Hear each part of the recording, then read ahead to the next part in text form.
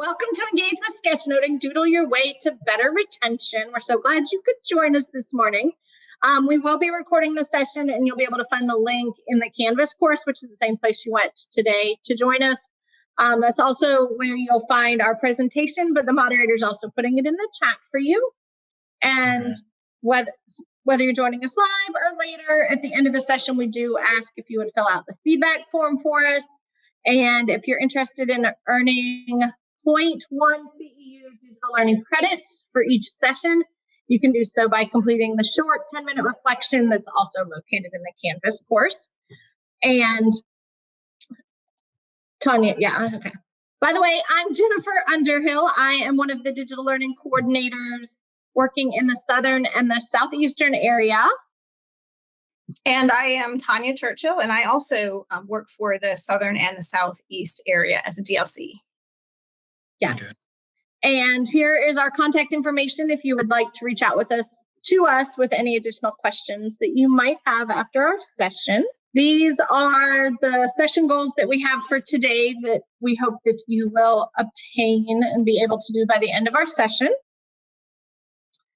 Give me a second to read those over.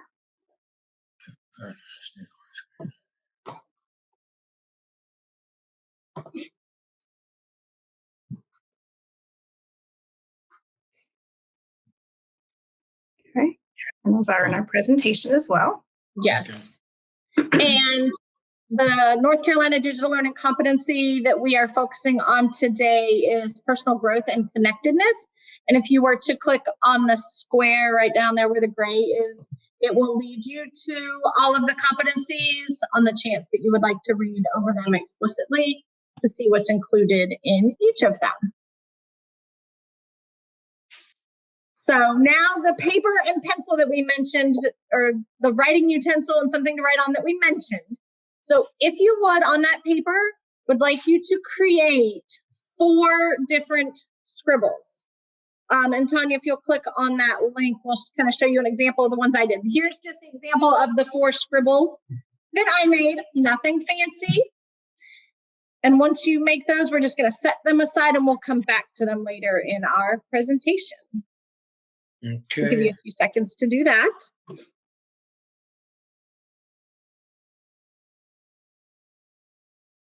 right, so we're going to have you just set those aside and we will revisit those shortly.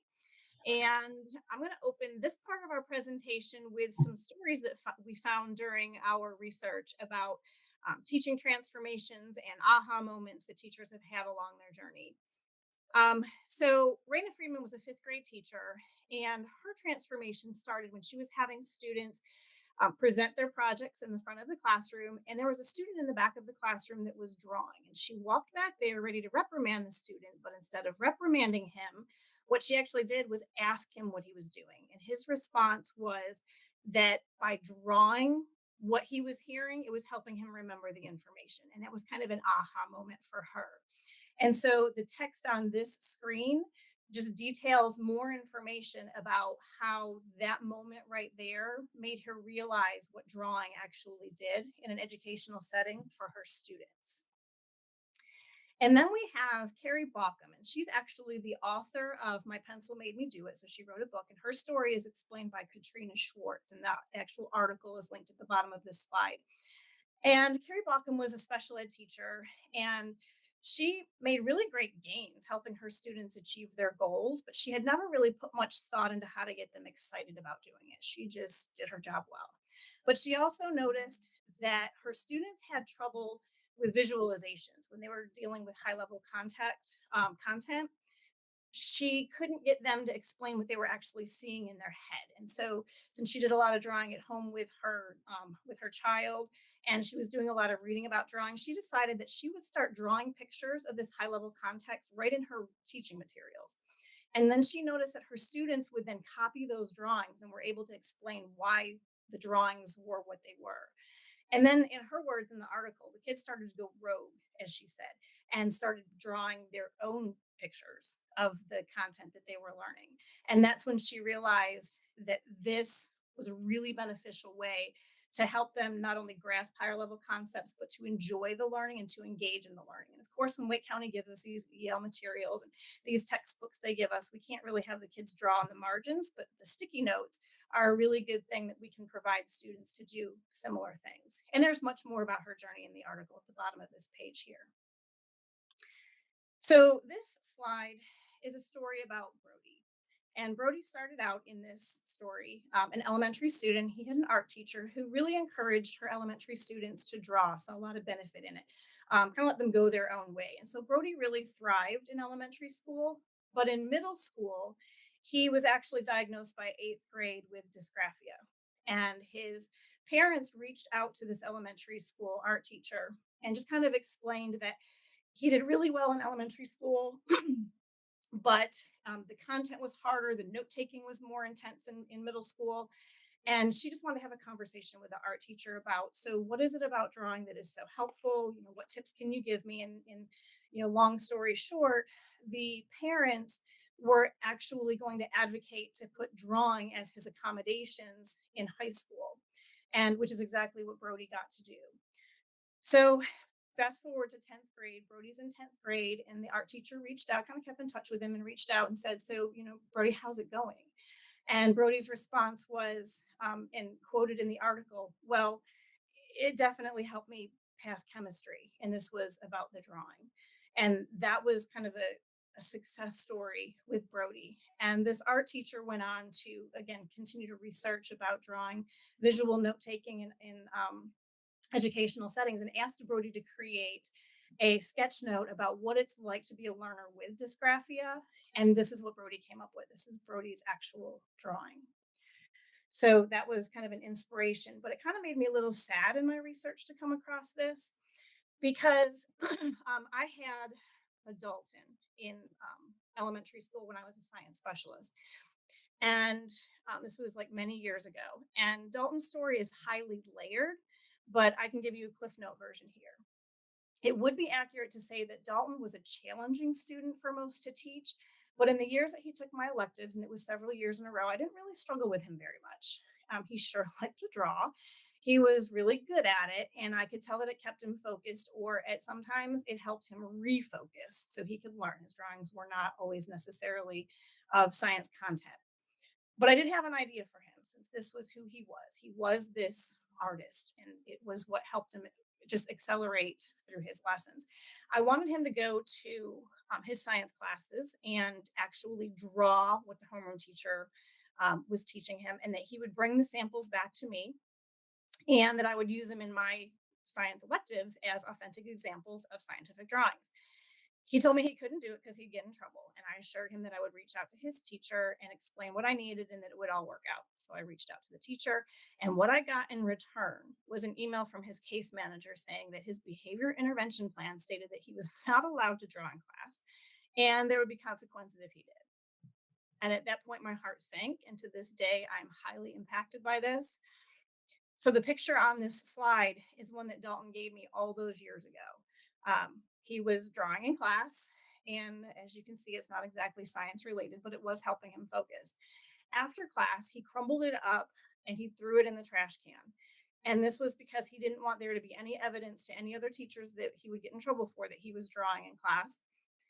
But I asked him if I could have it. I told him that I admired his work, I wanted his drawing, and he took it out of the trash can. And like you do in science class, he labeled it for me. If you look carefully at it, it says crumbled paper and his name is on it. And he gave it to me. And I have kept it all these years, just kind of as an inspiration for me. So I am inspired to advocate for sketchnoting and visual note taking, however you want to name it. Not only for students like Brody and for Dalton, but as a choice for all learners, as an option because there's so much research to support why it's valuable in educational settings. So on that, before I turn it over to Jennifer, there's just one quote here that I also absolutely loved because we're all individuals, regardless of where we are in our learning journey, because art in all of its forms is subjective. Children with learning disabilities won't be pressured to do things exactly like everyone else.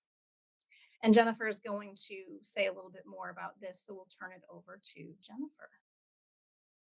So if you notice the two images on the left side, they probably look very similar to the notes of how you were told to take notes when we were in school, because I know they're how I was told to take notes. And the one on the far right is sketchnoting, which is where we're trying to hopefully go, because the biggest thing with the way we were told to take notes is it helps the teacher recognize that we were taking down the information that they were sharing with us, but it wasn't necessarily in a way that would make sense to us. And that's the goal of sketchnoting, is you want the notes and the information to make sense to the student. It doesn't do any good if the teacher's the only one who can make sense of it. And then we have a video from Sunny Brown, who we're going to let you watch her thoughts and ideas on sketchnoting. So what we want to do, just to make it easier on you, Mr. McLean, is there's a link that our moderator has put in the chat. We're going to give you about 2 minutes to just go ahead and watch it independently on your own. And do know it does start midway through the video. It's not intended for you to watch the whole thing. We're starting it at a certain point. And if you'll go ahead and watch that for us. Okay.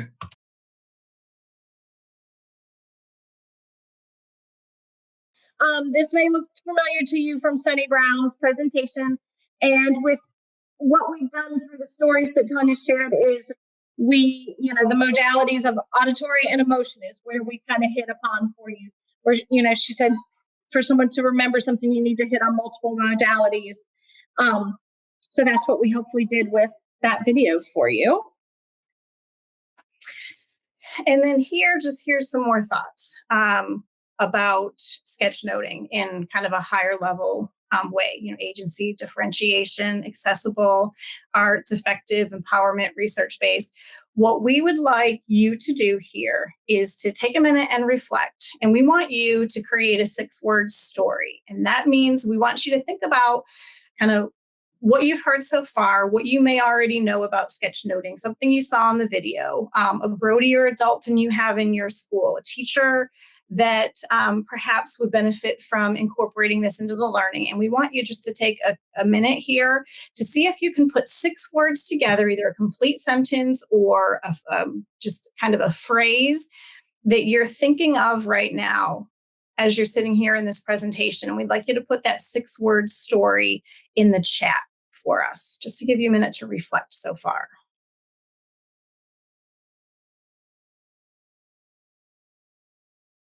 Awesome. Student creativity through imaginative sketches. Absolutely. Put a little smile emoji at the after it and call that a word. Yes. And students can draw to take notes. Yes. Okay. Perfect. Absolutely. And that was very, very broad. Again, and we didn't want to, box you into a certain way to think, but absolutely. Yeah. All right. Love it. All right. Thank you for participating in that. We appreciate that. Yes. Put you on the spot. I'm all right.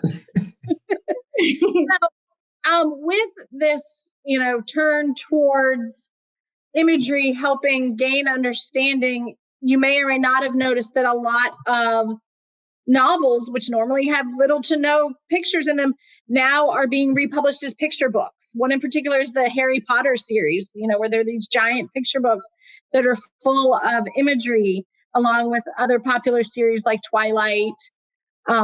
There's also a list from Goodreads that you can click on that to see actually 167 different books that have been turned into graphic novels.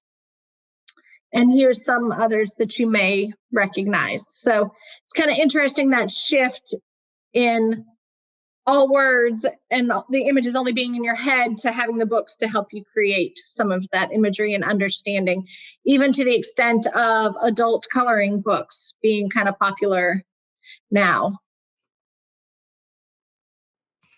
And so those were just kind of subjective. People are making money off of, moving away from just all words to imagery.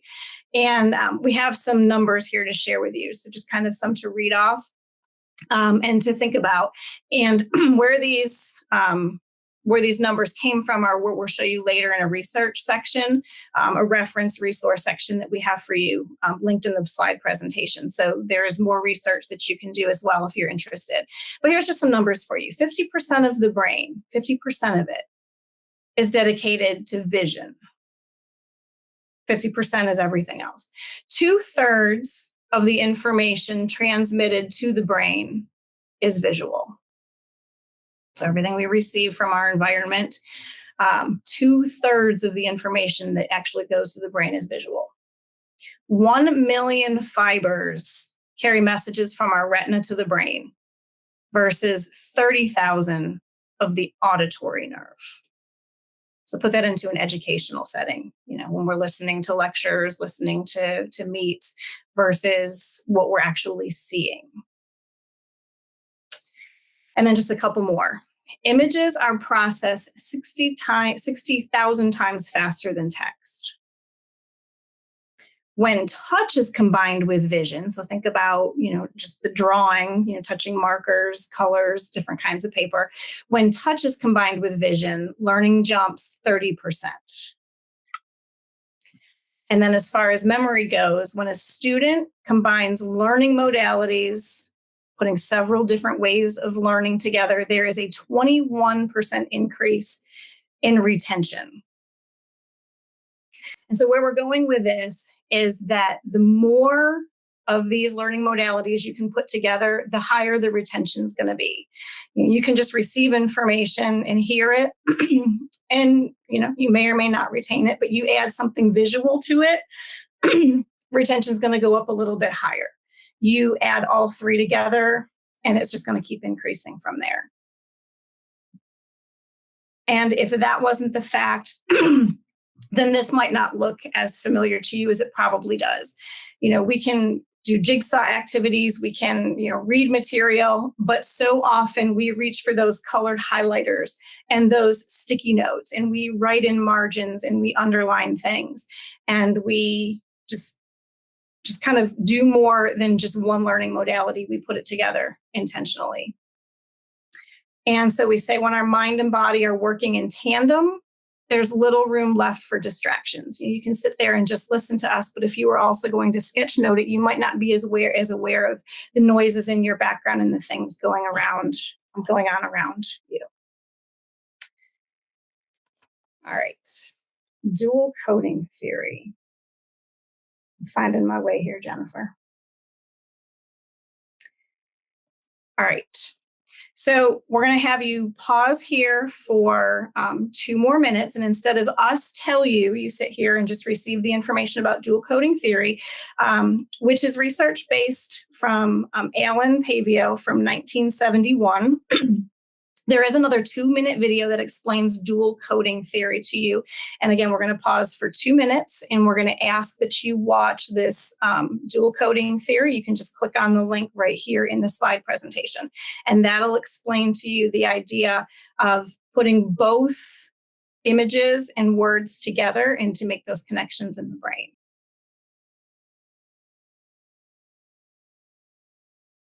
So hopefully that helped you understand, again, more research of why this visual note-taking and sketchnoting can be really beneficial in an educational setting. All right, so we're not going to read all of this to you, but this is just an article that is really good to take a look at. If any of these little speech bubbles catch your attention, and also there's a little NPR. It's like a 3-minute segment that you could listen to instead. But it's all about why you should put your laptops away when it comes to note-taking, and why taking notes by hand might be very beneficial, might be a little bit superior to taking notes on your laptop, copying and pasting and just typing out as fast as you can everything that you hear. So the link to that article is right there, and we just pulled out some of the key phrases from there that might be a little bit convincing for you. So we're going to send you back to Jennifer, and she's going to help us play a little bit here. Yeah. So the scribbles that we had you do at the beginning of the presentation, if you'll kind of pull those back out, we are going to turn those scribbles into something. And for the sake of today, we're going to turn those scribbles into birds. So if you see on the screen, you can also click on the link, I believe, in the chat and where the hand is on the presentation. Notice these were my scribbles ahead of time, and now by adding a beak and an eye and some legs and a wing, poof, my scribble is now a bird. The scribble in the bottom right-hand corner, I even turned that one. So you can turn your scribbles one way or the other if you want, and even include some color. But what we'd like you to do is take those scribbles and make them look like birds. And then if you would, we're going to ask that you add them to the presentation using the insert from camera ability. If you're not familiar with that, Tanya is showing you that on the screen, where if you go to insert image and choose camera, it will activate the webcam on your device. And because we're in a Google Meet, it will actually use your camera. If you were in something else, they don't always talk, but they'll talk here. And all you have to do is click the icon in the middle of the screen to take a picture.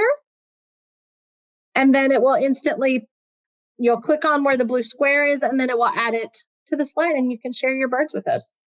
Tanya shared some of her birds with us. And notice hers are all going all different directions. I think they're actually her daughters, right? Yes. Okay. All right. This might take me a minute. That's okay. That's okay. We'll give you the time. I know it's kind of hard to. Yeah. Sometimes I'll find a bird in here somewhere. Sometimes it helps if you just stick legs on it somewhere first, and then you discover where everything else could go. Okay. This to play.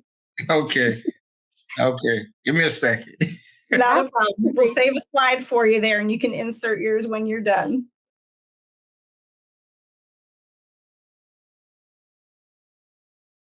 There's the birds. Yay! The birds. Awesome. Yep. Mine look more like turkeys. Turkey is a type of bird. Okay. He's got a whole bird farm. Yeah. Thank you. Thank you. Yeah. So, a couple dual things.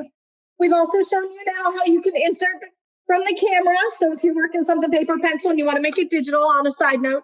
But the thing that you may notice where you said yours look like turkeys is the drawing only needs to represent a small percentage of reality for us to recognize it. You know, we turned these scribbles with just adding a couple legs and a beak, and poof, it's a bird, you know. And what we've done with that is we're engaging that right side of our brain, because our left side is more rational. It wants to see words, and it uses, you know, symbols and mathematical equations. Drawing happens on that right side. So we've kind of forced our brain to be like, that's not quite right. And the brain switches it to the other more creative side to be like, oh, now I see it. Kind of like the images you're seeing here on your screen, like the person who, if you look at it, is really just a head and arms. Like there's, you know, it's not truly a person. Or the car that's a scribble outline with a couple of scribbly circles, but we know the artist intended it to be a car. So what we wanted to do now is there's a couple of programs where you can practice some of your drawing skills, and also it incorporates some of this, you know, the art incorporating just a small percentage for the image to be recognizable. AutoDraw is one through Google that the computer, you start to draw and the computer will pull up clip art that it recognizes as potentially what you're trying to draw. Quick Draw, the computer gives you something it wants you to draw, and the AI program is trying to guess what it is that you're drawing. And we were hoping to give you maybe like 40 seconds or so to hop into whichever one of these you would like and give it a try. And we won't force you to share your artwork with us unless you want to. There in the chat. Okay. Oh, right on the side. These are both live links. And they're posted in the chat.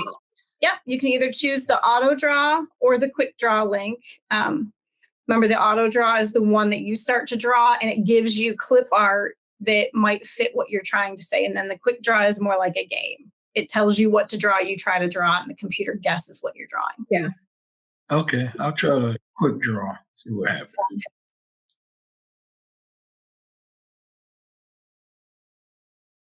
They're just kind of fun examples to kind of practice some of those drawing skills, and, you know, realize that it doesn't have to be 100% perfect to be recognizable as that. Okay. And then down here at the bottom of this slide, it is kind of neat if you need ideas for how to draw things. If you do go to Google Images and you follow that, the breadcrumbs there, the tools, and then you select type line drawings and you put in quotes easy draw, and then what you're trying to draw, it'll give you ways that you could possibly draw those things. So that was something that I didn't know until I started researching. But so the idea here is that you don't have to be intimidated by saying, like, I'm not a good drawer. That's not the point. So as you're introducing this to people interested in sketchnoting, there are just some things to consider. So some things to know. And one is that drawing can be taught. And we're not talking about art class where we're learning to shade exactly correctly and do proportions the right way, but just to know that lines can really look like things. And it doesn't have to be complete reality for it to make sense to somebody. And when you're sketchnoting for yourself, for it to make sense to you. And that's the main thing. And so sketchnoting should be taught. We don't just say, we're going to sketchnote today, everybody draw what you're learning. We do want to take steps to help the students understand what's expected in sketchnoting, what isn't expected in sketchnoting, and giving them some tips on how to do it. The other important thing is that you should model it if you're going to be somebody that's going to actually try to use sketchnoting in your classes and with your staff. And that is because there's something called mirror neurons. And think of it like yawning. We all know that if somebody yawns, or you might yawn now because we are talking about it, you see somebody yawn, you yawn. Very often that happens. And that's because your brain is firing off neurons that make you kind of model what you're seeing somebody else feel. So if you're doing sketchnoting and you're enjoying it and you're having a good reaction to it, then those that are modeling it with you are going to automatically feel that as well through that mirror neuron concept. And those emotions are also going to be firing in their brain as well. And they're going to have a similar reaction to it as the person doing the modeling. So modeling it is really important rather than just saying, hey, do this today. And then we want to stress it is process over pretty. We are not an art class. We're not looking for people to produce masterpieces. It is literally the process. If you hear something and it makes sense to you and you can either write it in a fancy word or draw a picture of it or just doodle it so it makes sense to you, it doesn't have to be pretty and it doesn't have to look a certain way on the paper. And to that note, we encourage pens to be used instead of pencils. And that way our sketchnoters, our visual note takers are not going to spend time erasing things and making them look right. That isn't the point. The point is the learning and capturing those concepts that we're trying to remember and retain. And so doing it in pen, whatever ends up there is what we're going to use. You make a mistake, you just turn it into some shading or some hatching, or you put a border around it or something. And then working in notebooks instead of loose paper shows a growth mindset. And it shows the learning as it's happening over time and also how much you're improving in the way that you may be organizing your work on your paper. So we encourage the notebooks and pens over loose leaf paper and pencils.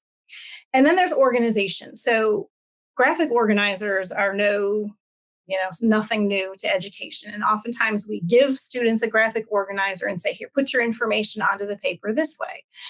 And for sketchnoting, we want to make students aware that there are ways that you can organize. You can draw from, past reference. We've done boxes of this and bubbles of this and lines of that. These are ways that you can organize your work on your paper.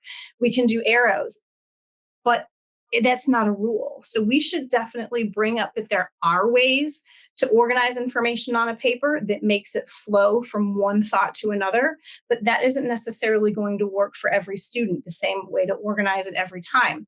And so we don't mandate organization, and we do point out the fact that it is okay for things to sort of be scattered all over the paper. It might be the case that they just put all the information down first and then they find their own ways later to connect it.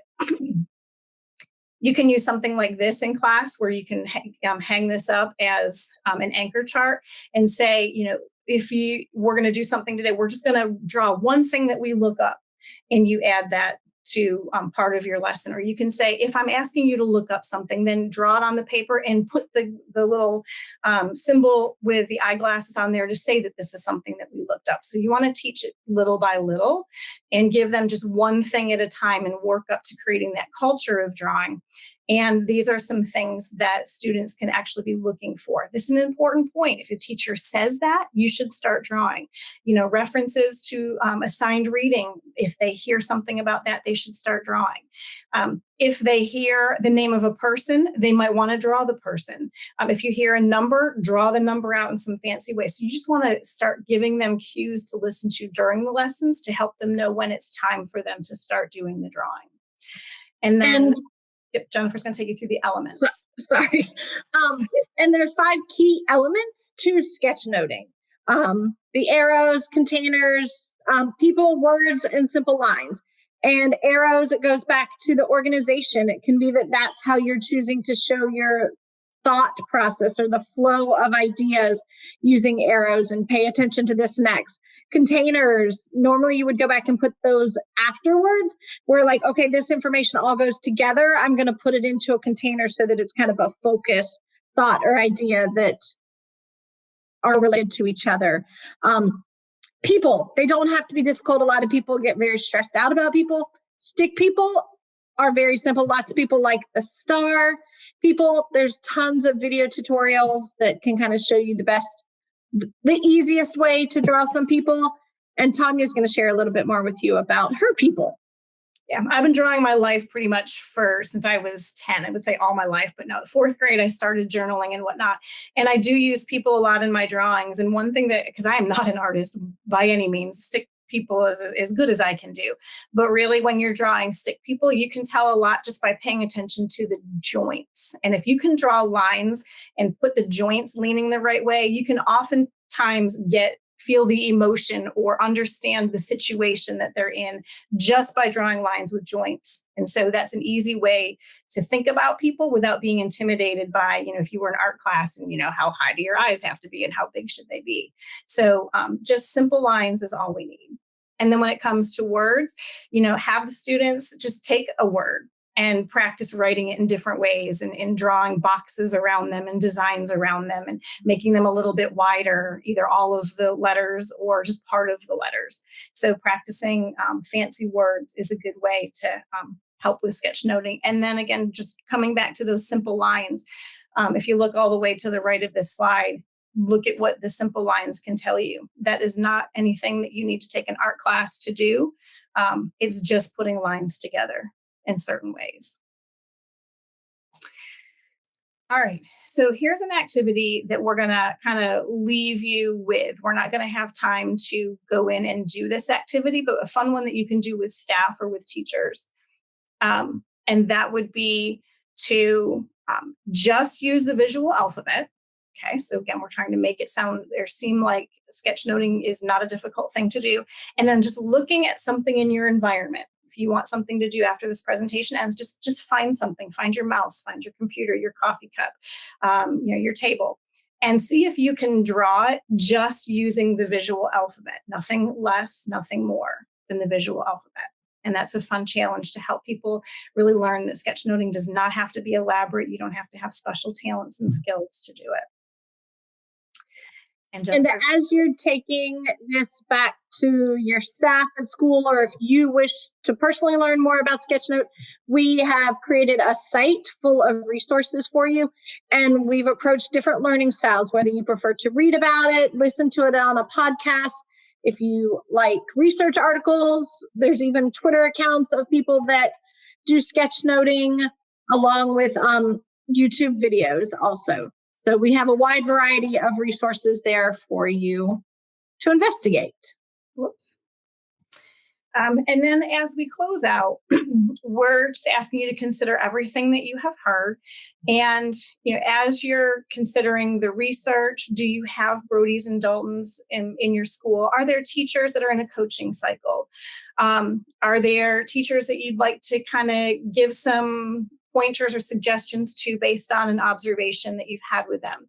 Are there early adopters in your school that would love to try this with some classes? Or are there teacher leaders that aren't so fast to adopt because maybe everything is technology right now and they're not as comfortable diving into the technology right away? Maybe this is something that you can pull those leaders in with, I've got something for you to try and see if you can model it with the school. So maybe consider where this could fit within your school, your culture, and who you might be able to try it with, even if it is just during some staff meetings.